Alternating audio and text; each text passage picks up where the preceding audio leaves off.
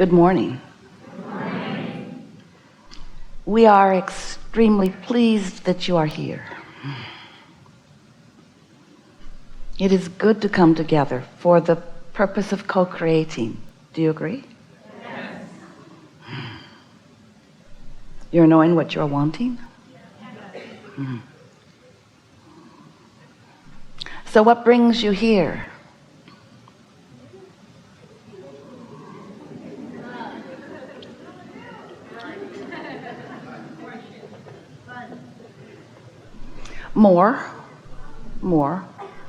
More clarity, more understanding. You know, this is a very weird gathering.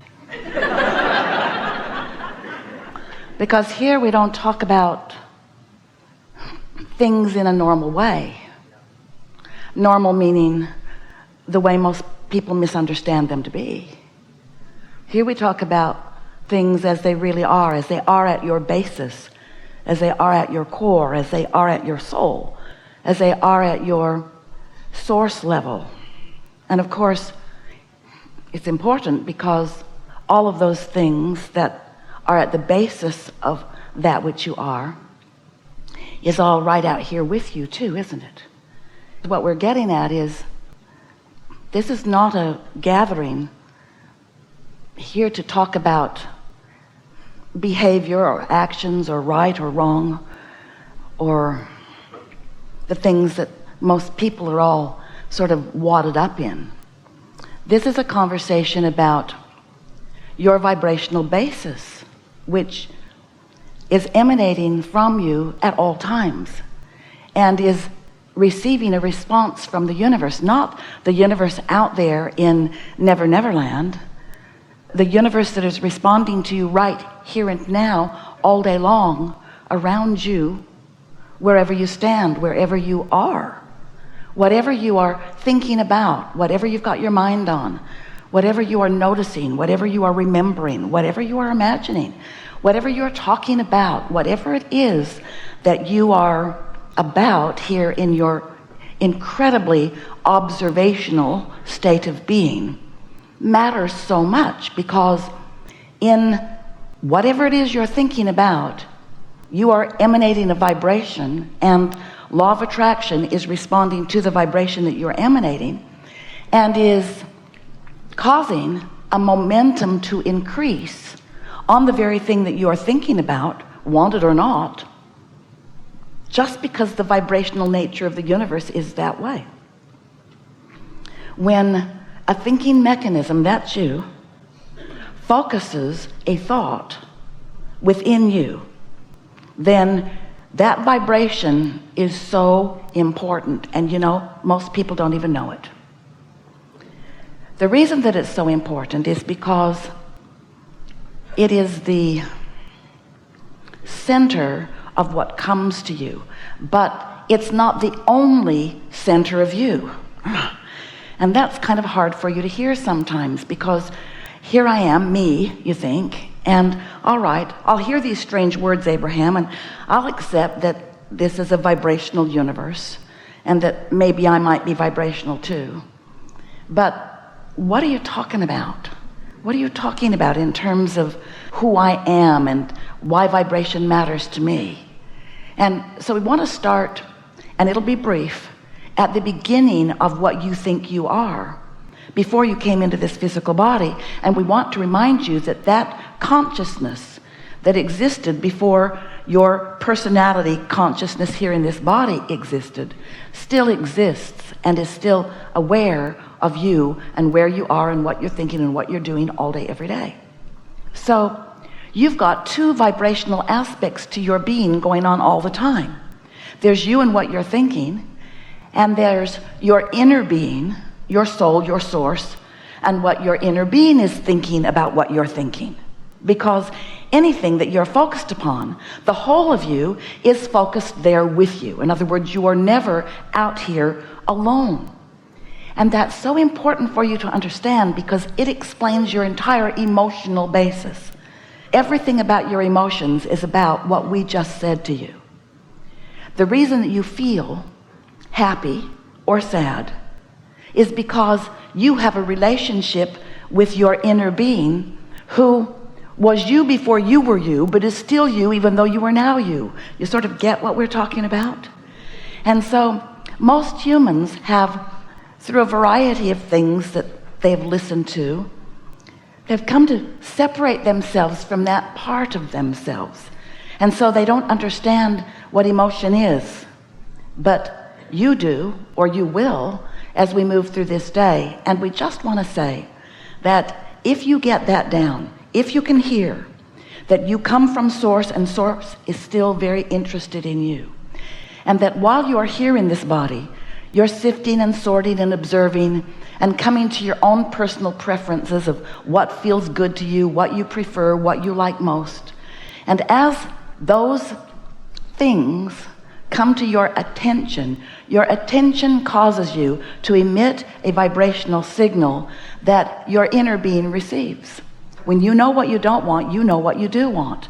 And that signal that emanates from you is not just received by your inner being, but begins an attraction to your inner being on behalf of you. Does that make sense to you? When you prefer something, your inner being, and all that your inner being has become through all that you have lived, your inner being holds that thought steadily and never contradicts it. When you say, I don't have enough money, I would like more money, your inner being holds a vibrational stance of prosperity for you from then on. You don't. You say, I want more money, but I don't have enough.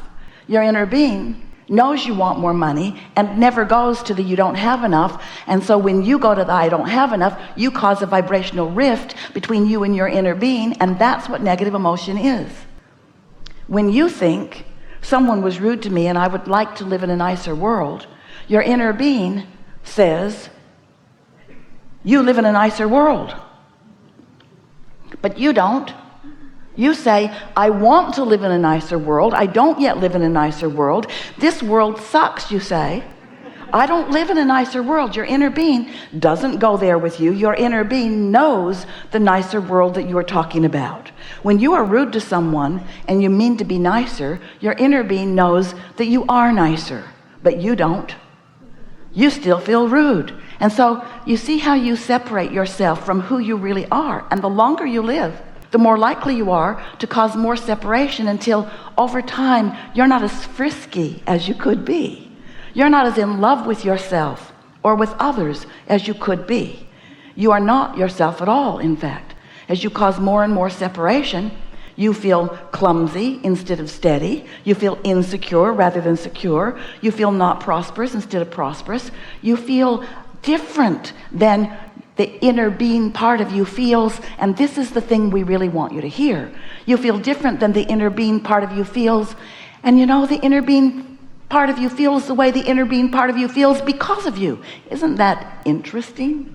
You said, because you can't help yourself, I prefer this. I desire more. It's the nature of your leading edge beingness. It's what you knew you would do. It's what you knew you were coming here to be about, because you knew that you were a creator, and you knew that you were coming into an environment where there would be contrast that would help you to choose. And you knew without the ability to choose, there could not be more.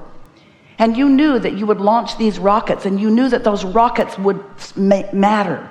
You knew that when you emanated a signal, you knew that this is the energy that creates worlds. You know that this is how creation happens. You know that it's focused through consciousness. And so you chose and handed it off to infinite intelligence consciousness, who loves you, who knows you, who roots for you, who works for you, who holds you steadily in vibrational awareness, and offers a signal about the new and improved you all day, every day. And the new and improved you is happening all day, every day. The question is, are you keeping up? And the answer is no. You're not keeping up, because you have negative emotion. Negative emotion means you're not keeping up. When you're mad at somebody, you're not keeping up, because you don't want to be mad at them. Really, you don't.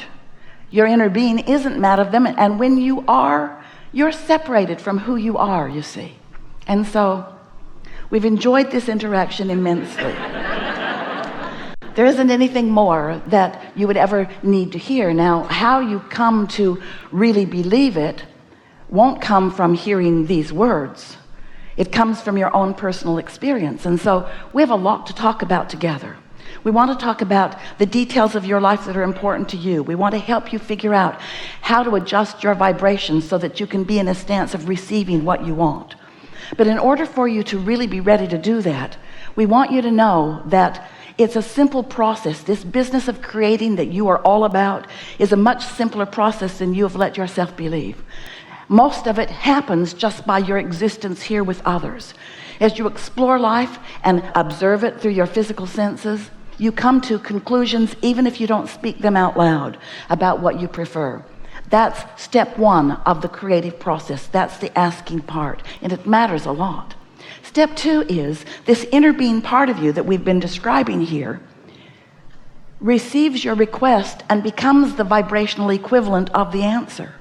So that means, if you will think about it, that when you ask, no matter how loud or subtle your request is, Source answers, and answers immediately. But you have to come with us in this strange world that we are talking about, out of the world of action and out of the world of trying to make sense of what others are doing. You have to step into a vibrationally sensing world in order to really understand what we're saying to you here. Because when you ask, it is given to you immediately, and it is given to you in the early form of creation, which is a vibrational form. A vibrational form that has the full potential, just like the seed that you put in the ground has the full potential to be the stalk of corn. It has the full potential of this vibration turning into things, turning into experiences, turning into the full blossoming, see it, hear it, smell it, taste it, touch it, manifestation that you desire. But it isn't like that right at first.